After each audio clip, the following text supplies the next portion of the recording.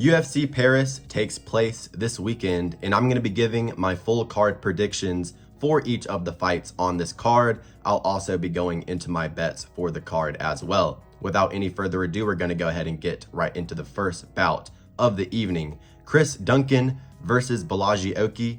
Chris Duncan took a loss last time out to Manuel Torres, got subbed early in that fight. Has had some good wins over the likes of Yanal Ajamus and Charlie Campbell on the Contender Series.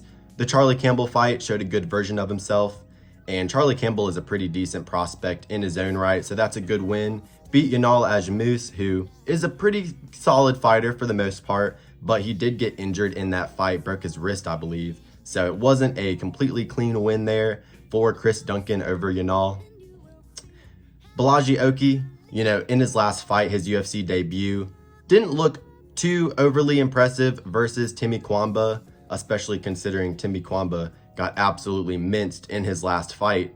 But on the Contender Series, he looked really good, got a first round knockout over Dylan Salvador, who was, I believe, a former Glory kickboxer, so just completely outstruck him, swarmed him in the first round, and got him out of there with big punches. So, he's the younger fighter here, getting better on a fight-to-fight basis. Chris Duncan does have the opportunity to, kind of make it a slower fight, outstrike him and press him against the cage and just hold him there. But I'll take Balaji Oki here to win a decision.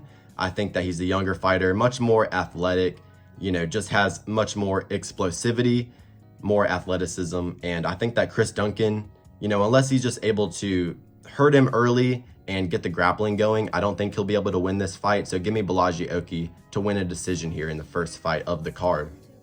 We're going to skip the WMMA fight. Next fight on the card, we got Daniel Perez versus Victor Altamirano. I'm going to pick Victor Altamirano here to get it done by decision. Daniel Perez only has had one fight in the UFC, got subbed by Fialho. So that's not a horrible look because Fialho does have really good submissions, but he doesn't really give me any reason to pick him here over Victor Altamirano, who, almost beat Felipe dos Santos, who showed a good version of himself versus Andre Lima last time out, so that loss hasn't aged horribly. I'll pick Victor Altamirano here to get it done by decision. Neither of these guys really stand out in any area in particular, but I'll go with Victor Altamirano just based off the fact that he's given me more reason to pick him here and has faced a higher level of competition and has performed better in that stage. Next fight on the card, we got Aline Perez versus I'm going to pick Aline Perez here to get it done via decision. Just staying in top position the entire time. She has good takedowns. And, out of all the WMMA fighters that are going to stink it up on the ground, at least we get a pretty solid view when she's, out there on the mat. So I'll go with Aline Perez. Pretty athletic, decent WMMA fighter. I reckon she gets it done here. She's everybody's, favorite OnlyFans girl in the UFC. So gotta pick her here. I'll go by decision. Next fight on the card, we got Taylor Lapilus versus Vince Morales.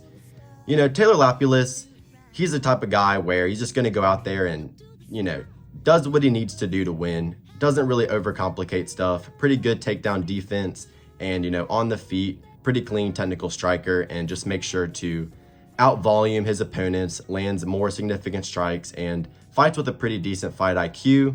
Vince Morales, just kind of a run-of-the-mill bantamweight, decent wrestling, decent hands. But I'll go with Taylor Lapilus winning a decision here, very similar to his last outing versus Corey Stamen, just defending the grappling and landing good teep kicks up the middle, leg kicks, jabs.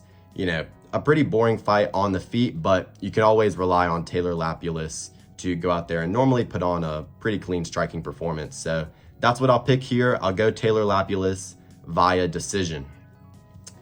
Next fight on the card, we got Ludovic Klein versus Roosevelt Roberts.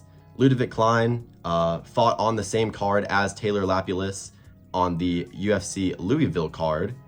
Showed a very, very good performance versus Thiago Moises. I think it was like a 30-26, 10-8'd him in 2 rounds, dropped him bad in the first round with a left hand, dropped him bad in the third round with a good knee up the middle. Very good striking, beat Ignacio Bahamondes by decision. And, He's improving a lot, has came up from featherweight into the lightweight division, and since then has been looking very good. Great striking, can implement the wrestling if he needs to. Stays safe on the ground, normally doesn't get submitted. Thiago Moises was throwing up some submission attempts, but Ludovic Klein, stayed safe, landed his ground and pound. Very good boxing, goes to the body well, good kicks. He's a southpaw, loves to whip up that left high kick upstairs. I think he's going to make pretty easy work here of Roosevelt Robert, who is stepping in on short notice for Mota.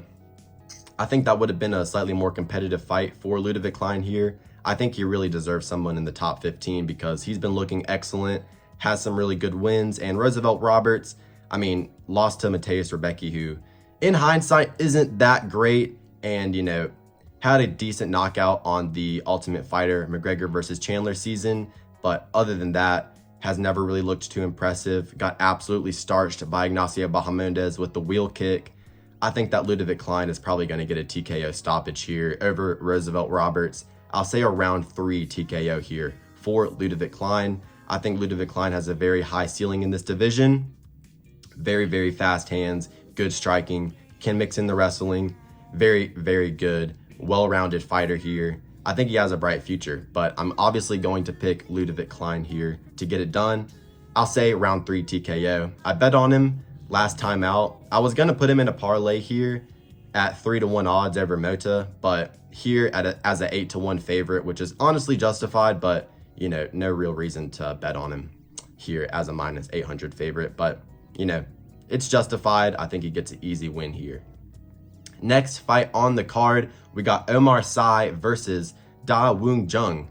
And, I'm not overly familiar with Da Woong Jung's game. I won't be a liar and say that I've deeply researched his game, but Omar Sy, very good French prospect, good grappling, good submissions. I think he's going to go out here and get a pretty easy, quick round 1 submission. He's getting put in here against a guy that has lost most of his UFC fights. And Omar Sy has looked good, coming up, looked good in his UFC debut, got a good finish there. So I'm going to take Omar Sy to get it done by first round submission. Next fight on the card, we got Ion Cutelaba versus Ivan Erslan. Ivan Erslan, a guy here making his UFC debut, not really overly familiar with his game, seems like a finisher, has a lot of knockouts on his record. Ion Cutelaba, just a hit or miss fighter. He has knockout power in his hands, but other than that, never really implements a game plan. Got fucked up by Felipe Lins last time out. Ion Cutelaba is just one of those classic, really shitty light heavyweights. And I don't want to pick him, but, not really being familiar with Ivan Erslan here, I guess I will have to go with Ion Cutelaba. I'll pick him by second round TKO just because Erslan, he hasn't gone to decision except for once in his career, I believe here. So probably going to be a fast-paced fight. Probably ends in the first 2 rounds. I'll take Ion Cutelaba by second round TKO just based off the fact that he does have power in his hands. Next fight on the card, we got Firas Ziam versus Matt Frevola, steamrolla. I'm going to pick Matt Frevola here. A concerning pick, but I do trust in him to get it done. Firas Ziam is just a long, wiry striker, no power whatsoever, and he doesn't have good takedown defense to go along with it. Has gotten taken down in most of his fights. Jai Herbert took him down. Claudio Puelles took him down on the UFC Mexico fight that they had multiple times. I think that Frevola can get the wrestling going here. Lots of power in the hands. If you're able to KO Drew Dober with 1 shot, I think that, you have pretty solid power in your hands, being able to crack the crimson chin. I think that Matt Frevola can go in here with just like a boxing wrestler game plan and get the job done by decision. Hurt him on the feet a little bit, press him against the fence, and then, get the takedowns going, land some good ground and pound. Firas Ziam just has not showed the takedown defense or the power in his striking to be able to keep people off of him enough for me to pick him here over a much higher level of competition than he's used to. So I'll go Matt Frevola here by decision, landing good shots on the feet with the boxing and just controlling him on the ground with the wrestling, good ground and pound, gets himself a decision that way. Next fight on the card, we got Morgan Charriere versus Gabriel Miranda. I'm going to pick Morgan Charriere here. He was already scheduled for the card, was supposed to be fighting AJ Cunningham, which was an absolute mismatch. Poor AJ Cunningham always just gets fed to the wolves to get minced, but thankfully he pulled out here. Gabriel Miranda stepping in here. Pretty decent fighter overall, has had some wins in the UFC, has good submissions, but on the feet, you know, not super comfortable. And Morgan Charriere, very good kickboxer, has good grappling, especially defensively. So the way I see this fight going is, you know, it stays on the feet for the most part. Gabriel Miranda doesn't really have good offensive wrestling to get it to the ground. You know, if he gets taken down, he can offer up subs, but doesn't really have wrestling. I think that if he tries to get Morgan Charriere down, Charriere is going to be able to defend it, and I think he'll be able to just piece him up on the feet. Miranda's chin isn't great either. He's been KO'd on the feet. So I will pick Morgan Charriere to get it done here via second round TKO. Looked really good in his last fight, got robbed, unfortunately. I believe it was against Shepe. I might be mistaken. I'm actually going to check that here real quick. But, you know, deserved to win his last fight. In my opinion, he did enough to get the job done. Yeah, over Shepe Mariscal on the Apex card. Should have got that win. Looked really good in that fight. I'll pick him to get the job done here. He's a sizable favorite, you know, rightfully so, in my opinion. I think he gets the job done via second round TKO here over Gabriel Miranda. You know, just a nice 2-3 on the chin, something along those lines, dropping him and then finishing him with ground and pound strikes. Our next fight on the card, one that I'm definitely looking forward to, first bet of the card as well for me here, Bryan Battle versus Kevin Jousett. I'm going to pick Bryan Battle here to get it done via round 3 submission. Kevin Jousett trains out of City Kickboxing, decent striker, has some submissions and grappling of his own, but it's not as good as Bryan Battle's. You know, his main weapons are a jab and a low kick. He's kind of like a Walmart white Izzy. And, you know, Bryan Battle doesn't really get hit with a lot of jabs, and he's very good at checking low kicks. And just in terms of overall MMA, in terms of boxing, wrestling, submissions, Bryan Battle is much, much better in those areas, has power in his hands, unlike Kevin Jousett, has had multiple knockouts. And, you know, his loss in the UFC versus Rinat Fakhretdinov, you know, I can live with that loss. Not a horrible loss there, just kind of got out-wrestled. But Rinat, you know, inbred wrestler from Russia, so, you know, that's always going to be a hard one. Has finishing potential, has multiple submissions, you know, got that crazy head kick TKO when he fought in Charlotte. You know, will be able to parry the jab, will be able to check the leg kicks, and I think he's just going to be able to move forward here, land a lot of boxing on Kevin Jousett, take him down, and he'll probably be able to threaten a lot of submissions here. I bet Bryan Battle at the odds of -135, 1.35 units to win 1 unit. Pretty confident here that Bryan Battle gets it done. You know, I'm going with the American here. You got to worry about the biased judging whenever a fighter is fighting in their home country, but I'm not going to count on robberies anymore, especially after they didn't give Sugar Sean the Merab fight when I was really expecting them to rob him. If anybody was going to get a robbery in the UFC, I expected it to be Sean O'Malley. I've definitely learned from that pick, but I'll go Bryan Battle here via third round submission. I think that he'll be able to tire Kevin Jousett out, who doesn't have a great gas tank, doesn't throw a lot of volume. I think that Battle will be able to throw more volume with more power, check all the low kicks, march him down against the fence, land on his chin and probably hurt him, drop him to the ground and get himself a submission. I think that happens in round 3. Pretty confident in Bryan Battle here. First bet of the card, straight bet -135.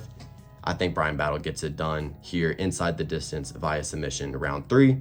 Won't be surprised if it's a decision, but as a slight favor here, give me Bryan Battle.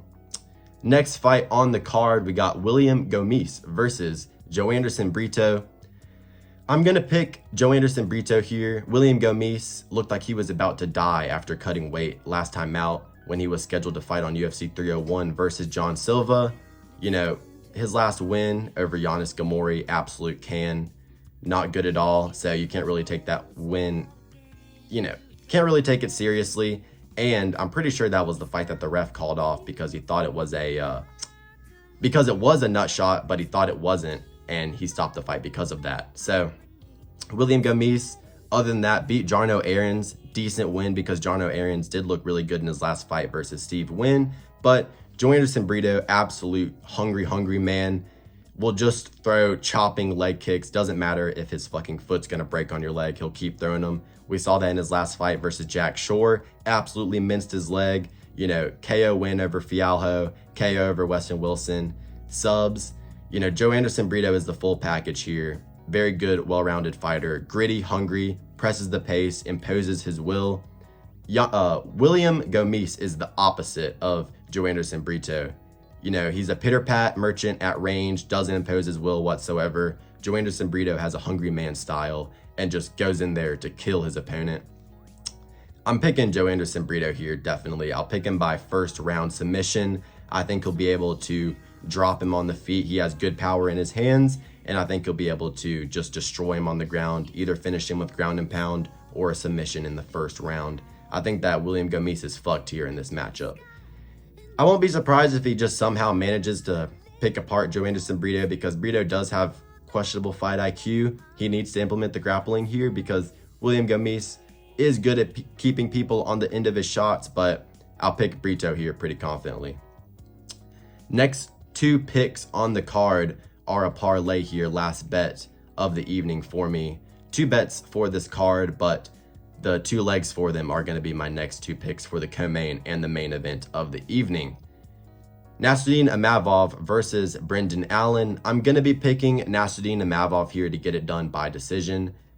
It does worry me here because Brendan Allen is very good at grappling, and Imavov does have a bad habit of getting pressed against the fence. We've seen that in the Dolidze fight. We saw that in the Cannonier fight. But on the feet, he's way faster, super slick, does have good grappling of his own, you know, really good at ducking under, getting the body lock, taking the back. I think he'll be able to defend the grappling pretty well. I don't see him getting taken down completely here and just held down. If anything, I think he just gets held up against the fence. But, you know, over the course of 3 rounds, I think that Nasruddin Imavov won't really gas out. I think he's going to land much more volume on the feet. Brendan Allen did not look very impressive at all against Chris Curtis last time out. You know, I thought he lost that fight, honestly. You know, just scraped out a decision win. 5-round fight against Chris Curtis, who is a, you know, a competitor, who is a gamer. It's a decent win, but I got to pick Imavov here. Younger fighter, much faster. In my opinion, is getting better. Hasn't taken, you know, losses to guys like Sean Strickland by TKO. You know, Brendan Allen just got absolutely melted by Strickland. At least Imavov kind of made it close. You know, looked really good in his last fight versus Jared Cannonier, in the striking especially. The combinations are on point. Does have power in his hands to hurt people. Mixes in the knees really well. Very creative. You know, when he does get that body lock, you know, in the Roman Dolidze fight, he was throwing high kicks around Roman Dolidze from the back position. So I like the creativity here. I'm going to pick Nasruddin Imavov, and like I said, he is the first leg of my parlay here. I'm very confident in him getting it done. Like I said, the only real thing that I worry about is him getting pressed up against the fence. But on the feet, I think he'll be able to hurt Brendan Allen on multiple occasions here, if not get a finish. But I'll pick him to win a 30-27 decision here over Brendan Allen.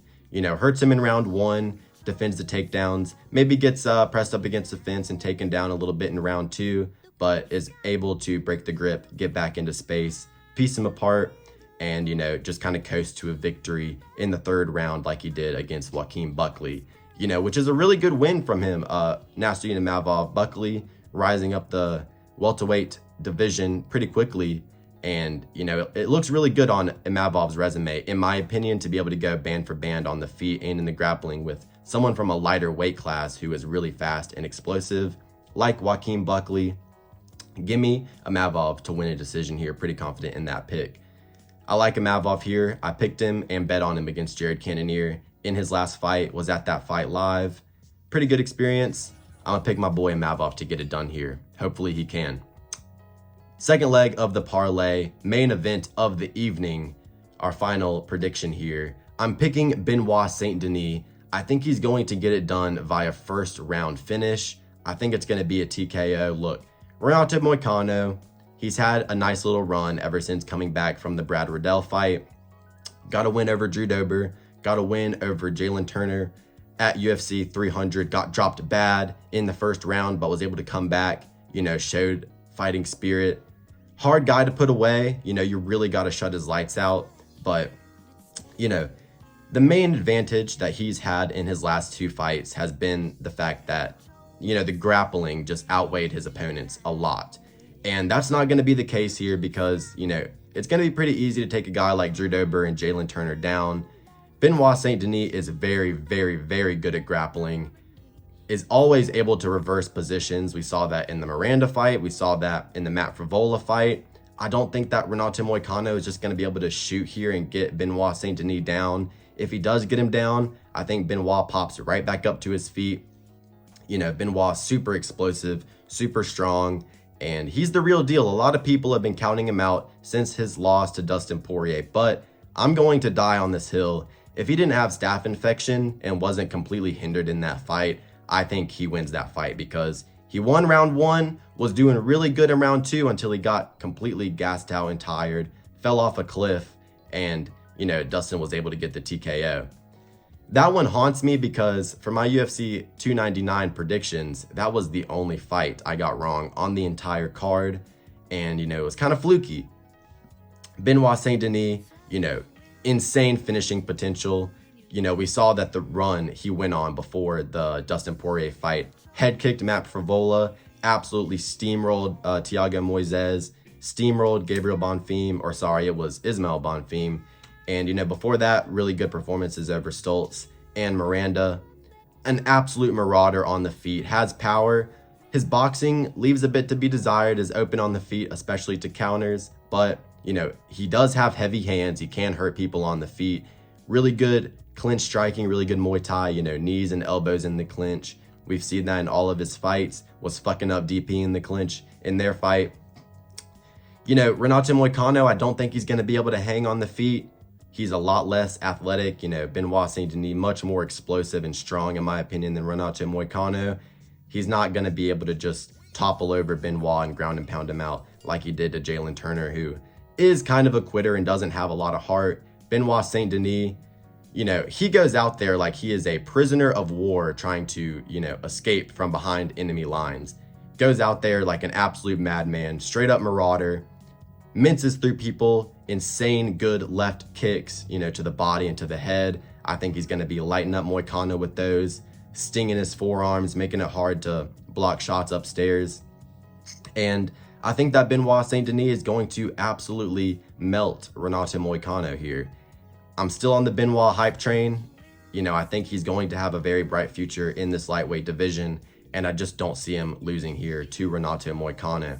So, second leg of the parlay, Benoit Saint-Denis minus 250. First leg of the parlay, Nasruddin Imavov minus 175. Plus 120 parlay there, 1 unit. So, I'm hoping Benoit gets the job done here. I'm confident in him too. I think he's going to bounce back. Main event in France. There's no way he's going to tap if he does get into a submission from Renato Moicano. He'll go to sleep before he taps. Guaranteed, for sure. He's an absolute warrior. Doesn't quit on himself. Even in the, Dustin Poirier fight when he was fighting for his life out there, tired as all get out and getting pieced up. He was still pushing the pace, still imposing his will. Really good grappling. If anybody's going to be in top position for the majority of this fight, I think that it's going to be Benoit, but I think that he's going to be able to get Renato Moicano out of there pretty early. Just absolutely, march him down, impose his will from the beginning. Big left kicks, big powerful left hands upstairs, pushes him against the fence, beats him up in the clinch, takes him down, and finishes him off with ground and pound. That's how I see this fight going. Give me Benoit Saint-Denis here to get a round 1 TKO. It could be a submission. It could come later in the fight, but I think Benoit is going to go out here and really prove a point in this fight.